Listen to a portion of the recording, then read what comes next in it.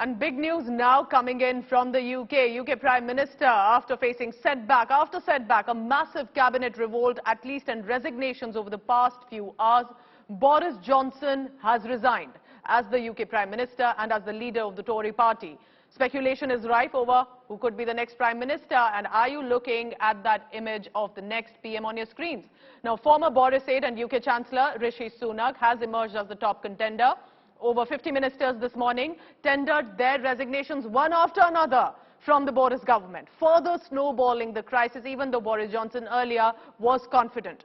Mass resignations against Boris not only set a record, but also signalled that it was his time to step down.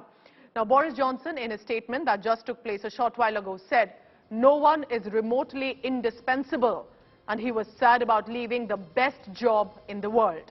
From Partygate, remember, to sleazy scandals, Boris Johnson has had a tumultuous last 1 year as the UK Prime Minister, ultimately leading even his aides to claim a lack of confidence, lack of ideas and focus in his governance. And now, Boris Johnson, eventually with no numbers backing him, accepted defeat.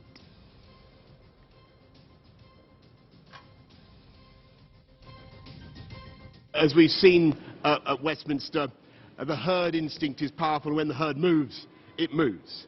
And my friends, in politics, no one is remotely indispensable.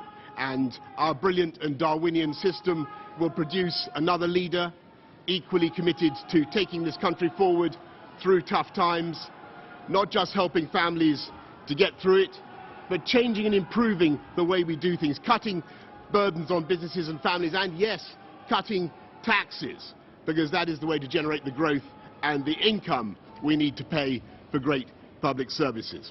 New leader, I say, whoever he or she may be, I say I will give you as much support as I can. And to you, the British public, I know that there will be many people who are relieved, and perhaps quite a few who will also be disappointed. And I want you to know how sad I am to be giving up the best job in the world. But them's the breaks. I want to thank Carrie and our children and all the members of my family who have had to put up with so much for so long. I want to thank the peerless British civil service for all the help and support that you have given our police, our emergency services, and of course our fantastic NHS, who at critical moment helped to extend my own period in office, as well as our armed services and our agencies that are so admired around the world, and our indefatigable Conservative Party members and supporters, whose selfless campaigning makes our democracy possible. Let's go across now to our Foreign Affairs editor, Geeta Mohan, tracking this big news coming in from Britain. Now, at this point, remember, there were sleazy scandals. There were sexual misconduct charges against one of the members of Parliament that built pressure on Boris Johnson, Geeta. But eventually, what happened?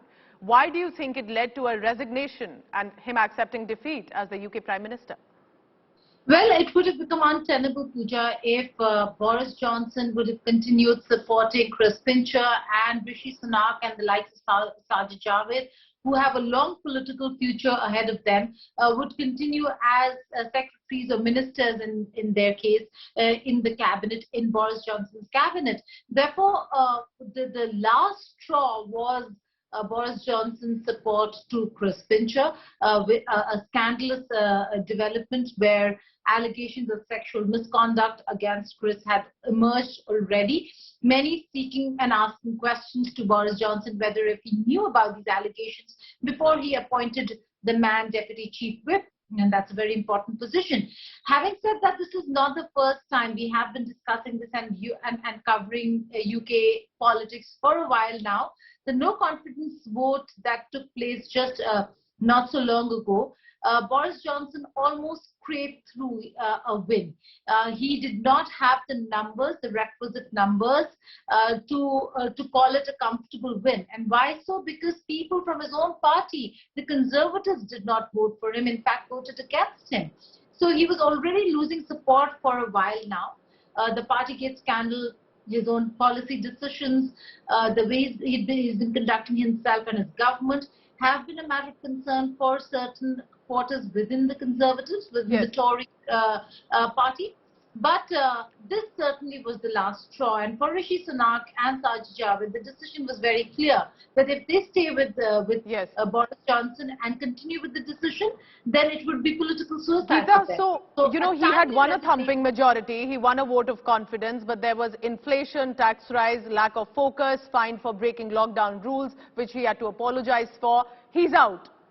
What does it mean for India? Because many eyes will be on Rishi Sunak, who does have Indian origins, who is the son-in-law of Infosys co-founder Narayan Murthy, and of course Sajid Javid, also an Asian face there. A lot perhaps will be on how will India also see who the next Prime Minister becomes for Britain. Sajid Javid, an Asian face of Pakistani origin. Yes. But important over here, Pooja, are the top contenders. Now, we are looking at Liz Truss, a very important minister in his cabinet, was the foreign secretary, and was one of the first to have welcomed Boris Johnson's resignation, just as he announced his resignation. Now, what is going to happen really is the caretaker government that Boris Johnson would be looking at and taking care of with a new set of ministers. The contest for a new leadership, that is going to be crucial. We're looking at Yes. Liz Truss, Rishi Sunak. Preeti Patel has also pitched into the prime ministerial fight. So she's the Home Secretary of the country, but not one who has a lot of support. She's been known as Johnson loyalist. So we'll have to wait and see. Any which way it goes, Pooja, it is not going to be bad news for India, because India-UK ties are beyond one person, although Ministry of External Affairs spokesperson just a while ago held a briefing, and to a question on this, he said the exact same thing, that while Boris Johnson and Modi shared a very close friendship, Yes. that does not take away from the fact that UK is India's strategic partner and will continue to remain so. India certainly, Pooja, hopes that the trade deal will go through sooner than later. It's already been delayed. There have been umpteen number of levels and of negotiations between the two sides, and they were looking to move forward. But it doesn't seem like it'll happen. Very interesting days ahead, and of course India will be watching closely as well. Who next for after Boris Johnson? And Geeta Mohan telling us all that could have led possibly to now this defeat and what next. Thank you so much, Geeta Mohan, India Today's Foreign Affairs editor, for all the latest.